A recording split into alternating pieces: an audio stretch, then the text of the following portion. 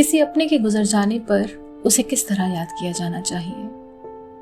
उनकी यादों को संजोने का सबसे अच्छा तरीका क्या होता है? जब कोई हौसला बंधाते हुए कहे कि जिंदगी में इस दुख को पीछे छोड़कर आगे बढ़ो, तो असल में ऐसा कर पाना कितना मुश्किल होता है। केरल के वायनाड में रहने वाले नोफिल के शायद इस बात का एक सही उदाहरण है कि बेहद गहरे दुख के साथ तब जिया जा सकता है जब उसे अपनी ताकत जिंदगी का मकसद बनाकर अपने जीने में शामिल कर लिया जाए।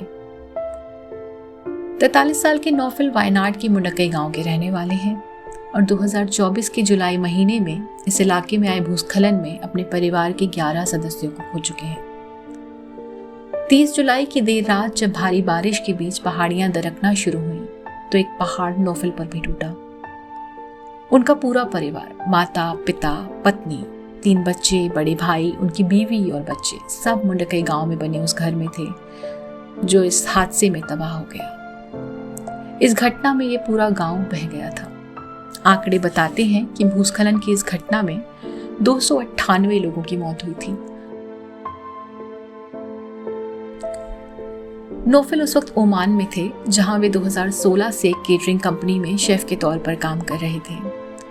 अब उनके परिवार में केवल उनकी 2 बहनें बची हैं जो हादसे के समय गांव में नहीं थी। इस हादसे के साल भर बाद आज नोफिल मेप्पाडी चुरलमला रोड पर अपने गांव की ओर जाने वाली सड़क पर एक रेस्टोरेंट चलाते हैं और उन्होंने इसे नाम दिया है 30 जुलाई रेस्टोरेंट एंड बेक्स। नोफिल ने बताया कि जब भूस्खलन के बाद वे गांव पहुंचे तो जिस जगह पर उनका घर था वहां तबाही का मंजर था। घर नाम की शय नहीं थी, था तो बस कीचड़ और मलबा। नोफिल केवल अपनी बेटी 16 साल की नाफिया के शव की शिनाख्त कर सके थे, बाकी लोगों को डीएनए जांच से पहचाना गया। नोफिल की पत्नी और परिवार काफी समय से चाहता था कि वे भारत वापस आएं और यहाँ आकर अपना कोई काम शुरू करें। हालांकि नोफिल कुछ और साल बाहर रहना चाहते थे। हादसे के बाद अपने सेविंग्स के पैसों और एक एनजीओ से मिले 7 लाख रुपए की मदद से उन्होंने 2024 के अंतिम दिनों में इस रेस्टोरेंट की शुरुआत की और आज ये रेस्टोरेंट आसपास के इलाके में मशहूर हो चला है। यहाँ 7 लोगों का स्टाफ काम करता है।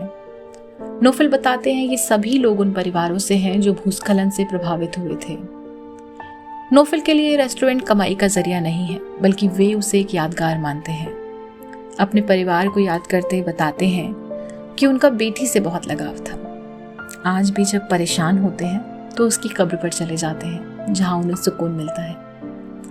वो अपनी बेटी को उम्मीद की किरण मानते हैं, कहते हैं कि यही उनकी ताकत है। लेकिन रेस्टोरेंट का नाम उसी तारीख पर जिस पर उन्होंने सब कुछ खो दिया, उसके नाम पर रखने की कोई खास वजह? नोफिल के लिए तारीख केवल एक पुण्यतिथि भर नहीं है, बल्कि उन सभी को याद करने का जरिया है जिन्होंने उस हादसे में अपनी जान गंवा दी। उन्होंने बताया 2019 में मेप्पाडी के पुथुमला में ही एक ऐसा हादसा हुआ था। भारी बारिश के बाद हुए भूस्खलन ने 17 लोगों की जान ले ली थी, लेकिन कुछ समय बाद सब उन सबको भूल गए।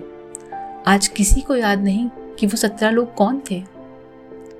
नोफिल के लिए रेस्टोरेंट अपने परिवार के 11 लोगों के साथ उन लगभग 300 लोगों को सम्मान देने का जरिया है जो 30 जुलाई को हुए भूस्खलन में मारे गए थे।